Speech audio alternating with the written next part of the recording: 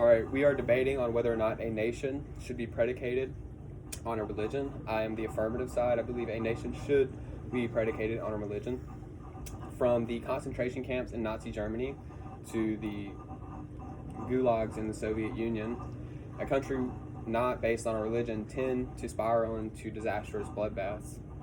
Civilization seems to have recently found a great balance between religious and secular people. However, if the majority of a nation becomes imbalanced by secular people, then a crack begins to form at the core of said nation. During my hours of research on this topic, 3 important words resonated with me, and that was know your history. Therefore, I took it upon myself to further add unto the history I already knew. History is quite brutal, and we are lucky to live in contemporary society. However, history is also a glimpse into what you are capable of. You may say, no, I could never be an Auschwitz prison guard, but I mean, they were just following orders just like you would follow orders from your teacher, your parents, your principal, and so on. Some key terms I want to define are inviolable, which means never be broken, or secularist, which is basically a non-believer, someone who doesn't believe in religion. To clarify once more, I believe all nations should have a religious basis. Religion has long been a debated topic, especially since the scientific revolution and Charles Darwin's On the Origin of Species. Many believe a nation could function without a religion, though it is still yet to be proven. Many secularists judge religious ideas with a scientific style of thinking, while religious people usually look at their ideas based on how effective they are psychologically. Time and again throughout history, nations have made catastrophic errors and caused great deals of damage due to an unrelenting loyalty to a belief system or an idea that said religion is one with themselves and their government. Religions tend to be far too discriminatory and in some cases irrational to be the building blocks of a nation. As citizens of a world power that is both directly identified with Christian values and often involved in foreign and domestic affairs regarding religion, this topic is a pertinent one and should be discussed as such. I oppose the idea that a nation needs to be predicated upon religion and hope to see reform in the future. History has shown countries and empires who identify directly with certain religions great tragedy, and I see no sign of heightened tolerance to come. To begin, I will discuss the impact it has on the psychology of an individual. Many psychological ideas come from a religious background. Many of these ideas are embedded within us so much so that we don't even know they're there. For example, in Dostoevsky's book, Crime and Punishment, he paints an extraordinary picture on what happens when you take the idea that there is nothing divine about the individual seriously. In a brilliant investigation of human nature, Dostoevsky sets the scene in a communistic utopian society in which most of the individuals hold a secularist view. He sets up a story in which the main character, Raskolnikov, plots a murder. He murders a horrible woman, and not just horrible by his standards. You could have asked anyone in the town in which he lived. They would all say she's a horrible woman. She caused nothing but misery, consciously and constantly. She enslaved her own niece, matter of fact. On the other hand, Raskolnikov wants to kill this woman because he wants her money, which she does absolutely nothing good or useful with. He needs this money not only to save himself from starvation because he is extremely poor, but to save his sister from giving herself up to prostitution, which she's trying to do for money, of course. Furthermore, he has a dream of becoming a lawyer and helping as many people as he can, but he can't do that without an education, which requires money. And here's the cover of Dostoevsky's book. And then here is basically the moral of the story. This guy's taking a bunch of he rationalizes murder, basically. All rational decisions point to murder. He basically says, look, I have every rational reason to murder this woman. Look at all the good I will do. I mean, there is no God or anything to stop me. The only thing stopping me is moral cowardice.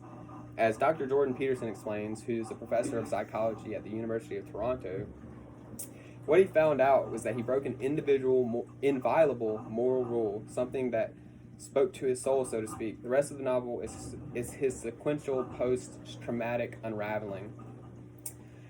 Peterson then continues with the significance of PTSD, saying, one of the things you see happening with PTSD is that it very often occurs in people who watch themselves do something of great malevolence. They've stepped outside the ancient moral code and conducted themselves in a manner they can never reconcile themselves to, and they are permanently broken. One may say, how can a fiction novel provide insight into something as fundamental as ancient moral codes? Well, once again, Peterson states, many novels, especially Crime and Punishment, do a great job elucidating in narrative form how these self-evident moral presuppositions are nested in this broader metaphorical substrate. He says you should divorce your rationality from that metaphorical substrate at your own risk, of course. Simply put, the novel is trying to show that society cannot be based on rationality, because something like murder could be rationalized and gotten away with, yet it still tears the average individual into pieces. To combat that, I like to say that the man, without even having any God, already understood that he shouldn't be murdering the woman. In fact, he attributed his reluctance to commit the murder to moral cowardice, meaning that he had an understanding, as did the rest of the people in that society. And when he rationalized the murder and made it seem okay, he required dire circumstances to do so. He was homeless, his sister was going to be a hooker. He had nothing left, and honestly no other option. Right, but I think that's the point, because not everyone has these dire circumstances, and in order to determine what would happen if you did do this, you have to provide some dire circumstances. You have to provide very specific circumstances, or else you can't investigate on what you're trying to figure out, which is what we're trying to figure out, is if these ideas have any intrinsic value to us. You know what I'm saying? Right, I agree. So meaning that it takes the bottom of the barrel for someone to rationalize doing something so horrible as murder, and with less significance of the crime, less significance of circumstances. Right. How bad they are. Yeah. Okay, I can understand that. To follow that, I'd like to say that I believe that mankind is beyond the need for religious guidelines. And I also think that an overdependence on religion is derived directly from a lack of education. According to the Pew Research Center, the Muslim population is expected to increase by 70% by the year 2060. Also, nearly 4 in 10, 36% to be exact, Muslim adults have never had any formal education, meaning that they, without learning, without an education, without schooling, they require religion to fill that gap. They need answers, and that's where they find them. But the same government which takes away their education is the one that gives them the religion. Secondly, the religion, for many of the people, is the one that it keeps them from getting educated. There's rules or whatever within that. So I would say that not everyone can be a super genius, obviously. So, and there are going to be gaps in people's knowledge and in their education. And if you can fill that with a religion and it work, then I see no problem with it. If it does work, let it roll. I mean, if it doesn't work, change it, obviously. But if you can fill someone's gaps in their education by giving them religion and it works, then be my guest, because not everyone has the mental capabilities to process everything that's going on around them and the ideas that's coming in and out of them. Secondly, I would say that religion, like I said, it's no longer required to determine good versus bad. It's embedded in us from the time we're born. People understand what is wrong and right, and those who don't are considered sick and admitted to institutions. But more than anything, I feel that overdependence on religion is limiting society's progress as a whole. It constricts open-mindedness towards minorities, including those who don't believe in the religion you believe in. Especially in the United States, gays are heavily persecuted, strictly as a result of what the Bible may or may not say. It's still up for interpretation. I do agree that there are a lot of restrictions within religions. However, there's also lots of possibility as well, like the Western civilizations, America and Europe, when they finally adopted Christianity, they shot ahead of everyone else. We were the most advanced people in the world. Of course, now with a few exceptions like Japan and whatnot, but Yeah, I understand. So our next point is I'm going to delve into the catastrophes of the 20th century, which were caused in large part by a lack of religious values and beliefs. In Kretinsky's book, Religion of Nazi Germany, he states, "It will ever remain a deep mystery how the supposedly Christian German nation could have submitted so easily to domination by the National Socialist movement and accept the rule of men whose avowed aim was the utter destruction of the Christian religion and the systematic uprooting of its ideals. The author explains the evident non-religious basis and aim of Nazi Germany, which most people, I'm sure, already knew. He shows that the mindset of Germany just before they went berserk on Europe and started killing all the inferior races and whatnot. We all know how this story ended: another world war and millions of deaths. The mindset before and the results after give a clear picture. Germany was a religious nation. They set out to destroy the religion in which they were predicated on, and they paid the price, and they met their destructive downfall for that very reason. Well, what if it's just a coincidence? What if Germany's plan worked on paper, but they just did it incorrectly? Let's take another failed plan to eradicate religious beliefs: the actions of Soviet Russia. Maxim Gorky, a Soviet writer during the times of Joseph Stalin, he wrote a letter to Joseph Stalin giving advice about what to do about religion throughout the country. He writes, "There should be courses set up at the Communist Academy which would treat the history of religion, and mainly the history of the Christian church, as politics. It is also necessary to produce a book on the church's struggle against science." Clearly, Gorky is taking a deceptive approach, trying to brainwash the individuals of the nation rather than just outright eradicating the religion. Throughout the 20th century, Russian leaders constantly made efforts to rid of religion, and for the most part, they did a great job. Eventually, though, after what seemed to be a never-ending cycle of attempts to eradicate religion, mainly Christianity, most of which were just... Over that period, religion was constantly attacked, almost completely eradicated, and at the same time, millions died in the gulags. Most of the people who went to the gulags were sent there because they believed in God. So eventually, the Soviet Union fell in 1991 because of their lack of religious beliefs. So 2 giant, nearly successful attempts to rid of religion have met their demise. Still a coincidence. I would say with Nazi Germany specifically, again, you're looking at circumstances. You're dealing with a nation, a broken nation, following a war where they took the brunt of the punishment with the Treaty of Versailles. Mm-hmm. They had nothing. Mm-hmm. Okay, then you have a man such as Hitler, both physically, mentally sick, on all the cords, coming to power, and suddenly, with nothing else to gain, religious values are set aside. Right. They abandon what they've known, Germany being a Christian nation, but this to was... follow a path of potential success. Right. Meaning that, and not only the citizens, but the government too. I mean, if they knew what Hitler was up for.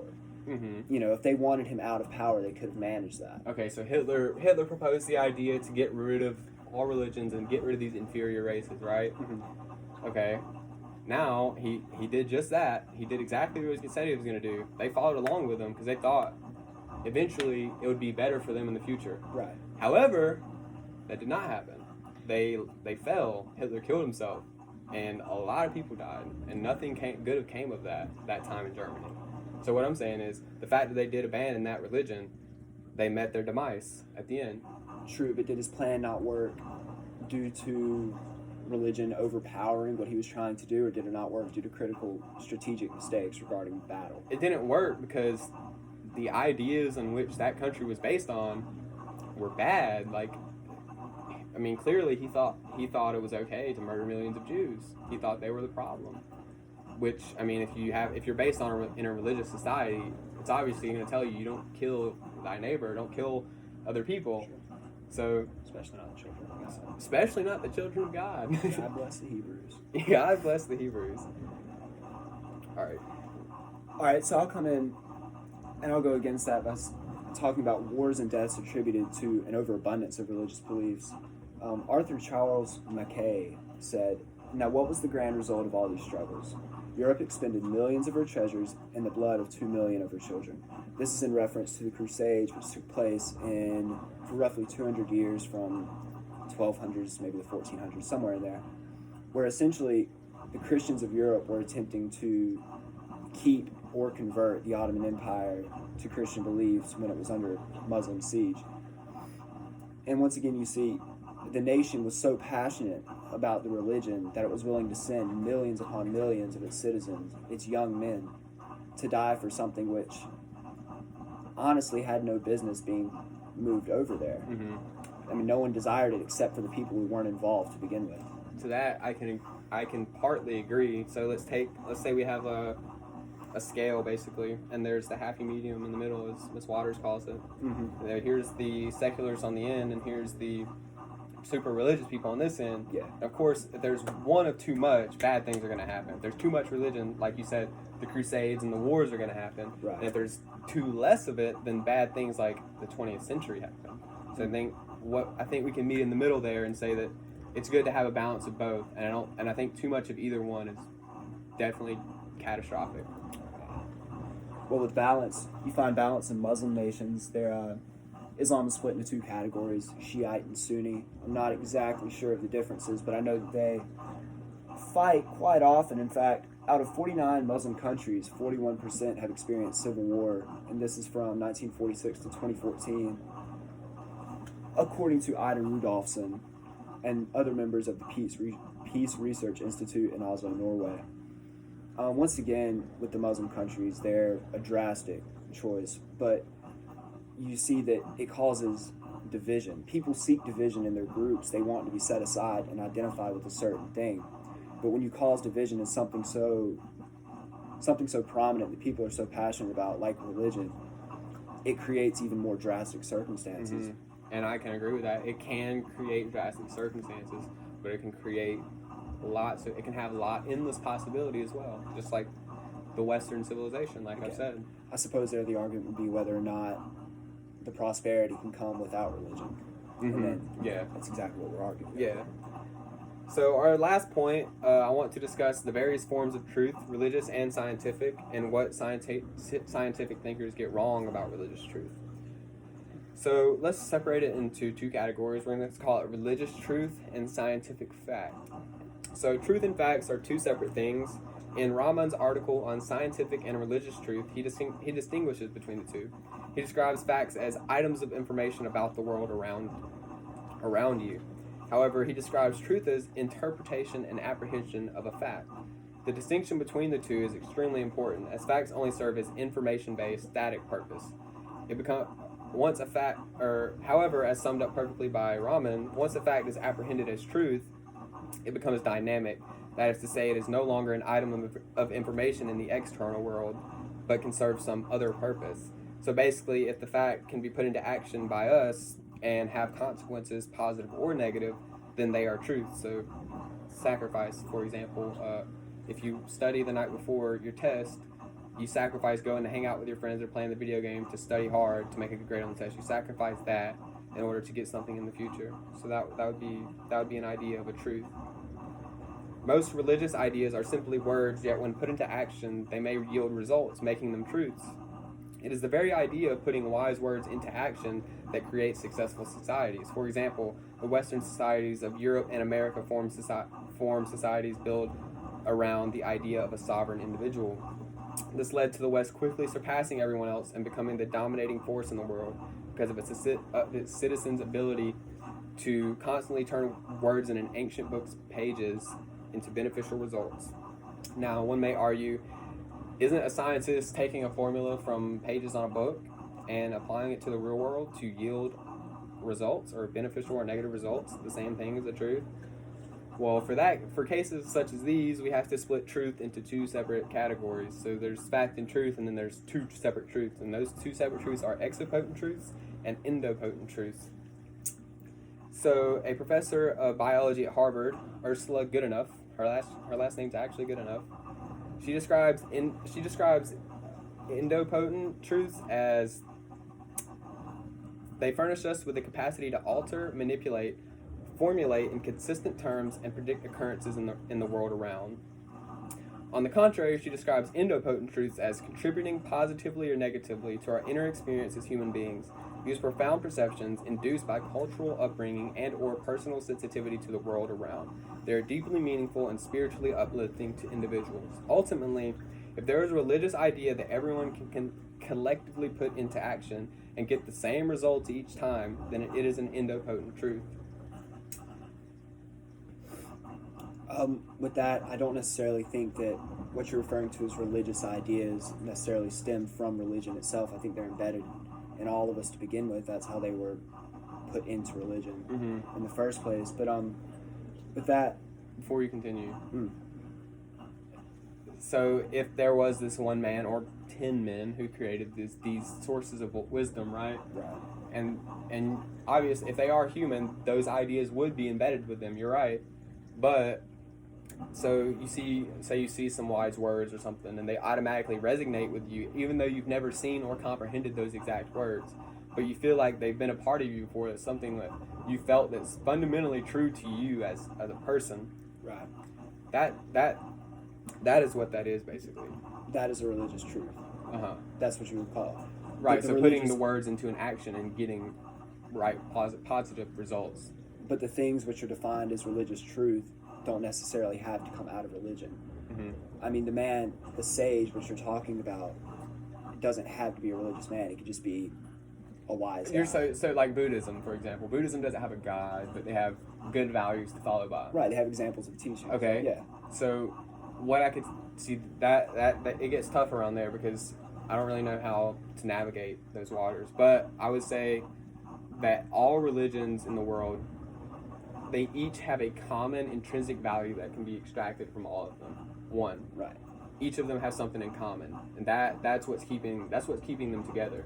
And I That don't would know be what the common idea. That's what I'm saying. I don't know what that is, but I do believe there to be one. It's essentially just an understanding of good. However, where that changes is what each one defines as good. Mm-hmm. That varies depending upon the religion. Mm-hmm. Yeah, and I agree with that too. Yeah. All right, so these religious truths, though important to those who believe in them, they should not infringe upon basic human rights which extend beyond religious teachings. Writer Daniel Thorson wrote, "The laws as drafted create blanket exemptions for religious believers to discriminate with no consideration of, or even mechanism for consideration of, the harms and burdens on others." This is a rather poignant argument when talking about gays in America. Homosexuals they're discriminated against strictly because of what the Bible may or may not say. It's potentially been incorrectly interpreted. It doesn't really matter. Those that traffic the religion in the country, they say that's what it says. And laws are adjusted based purely upon what the Bible says. And I don't agree with that. I agree in a very strong separation of church and state. And following that, you can see it here in Korea. Women are often oppressed due to religion in many countries. Korea is just one example. But Korea's adoption of Confucianism has gradually eroded the rights of its women, reserving them to an obedient caregiver role and essentially leaving them at the mercy of the men in power. This is according to Hildy Kang. Basically, Confucianism is not necessarily religion, more like Buddhism, like Hayden mentioned, but still a belief system nonetheless. Once adopted in Korea, women's rights slowly they went away, and they were left with nothing. They weren't allowed to leave their homes. They weren't allowed to hold jobs. Their sole purpose was to marry and die. And that being derived directly from a religion, I mean, I think it speaks volumes. And to that, I can agree. And going back to the point where we said that religion can have a destructive type of behavior, it can have a really good creation type of behavior. It can do both. Yeah. So, and with the fact that the Confucianists are like that, right? That is terrible, and I agree with that. But I also am not arguing that all religions are necessarily the best ones, per se. However, I would say that we can look based on history, like Christianity, it advanced the most out of any of them, which is why I would say it is the closest to truth for us for some reason, and I don't know why that is, but I would say it is the most effective religion. It's the most effective religion that works to me. Sorry, having a little bit of trouble here. Where's the 99 at?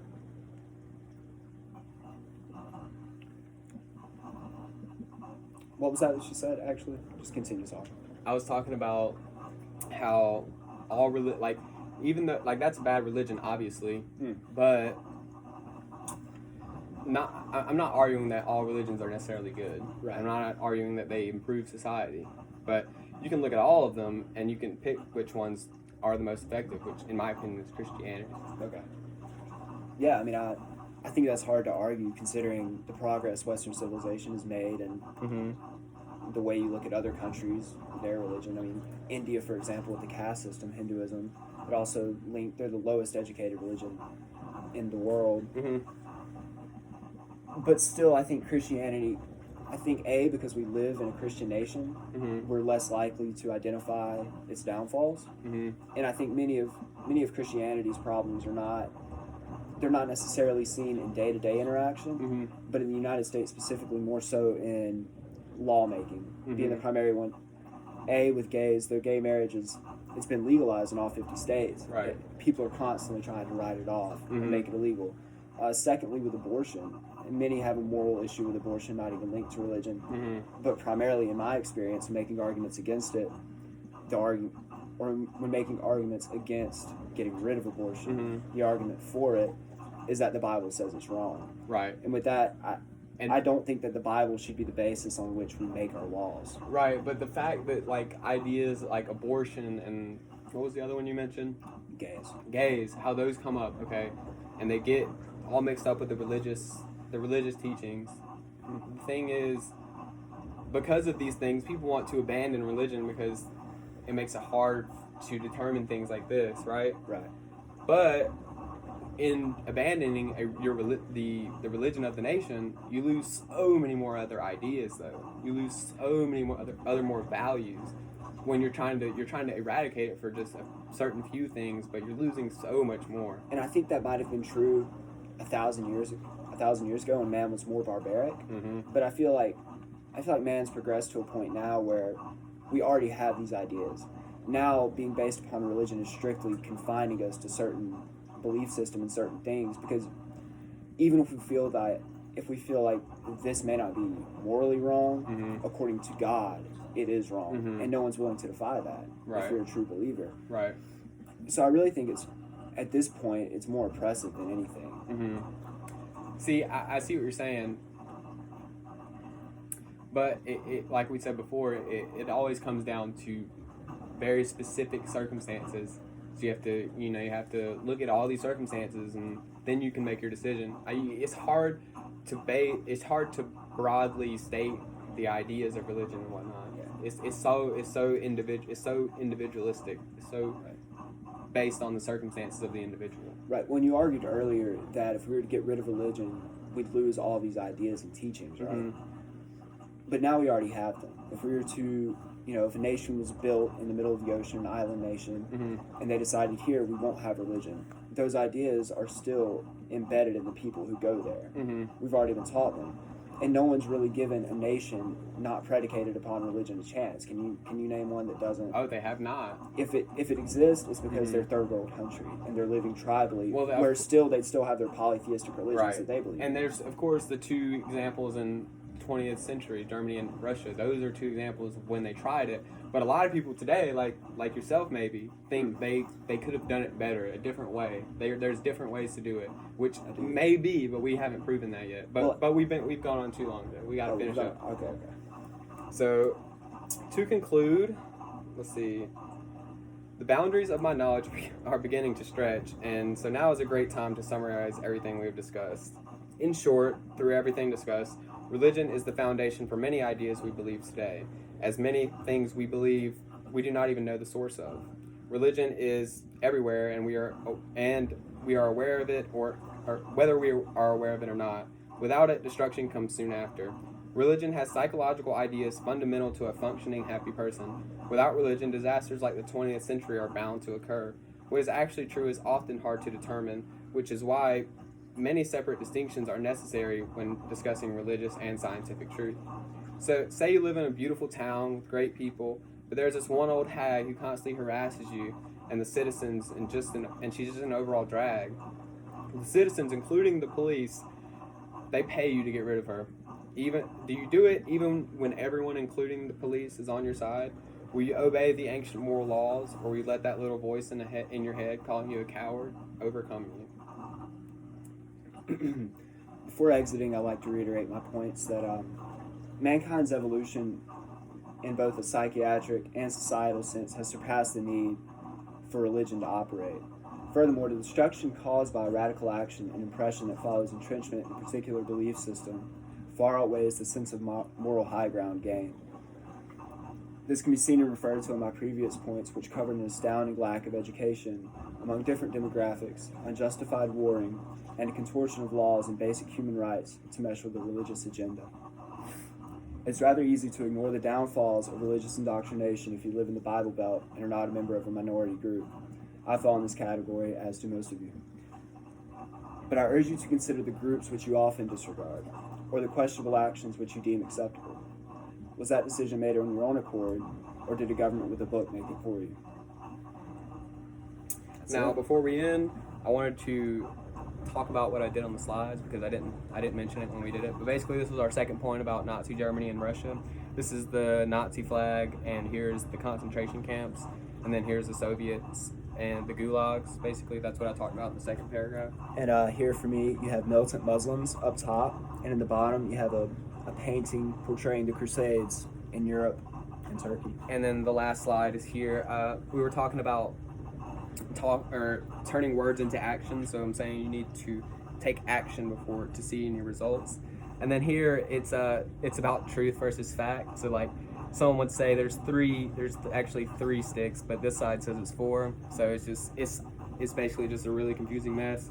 So that's basically what facts and truth are. So that was the point there. Yeah, and here we have a graphic. It might be hard to see, but it's portraying the separation of church and state. We have a teacher and a judge. And also on the far right, we've got it's Korean women protesting in South Korea due to their oppression. And at the bottom, we have a gay rights protest from what I assume must be the original gay rights movement, considering it's in black and white. So that is all we have for you today. I hope you enjoyed our debate. Thank you. Thank you, and we will see you later.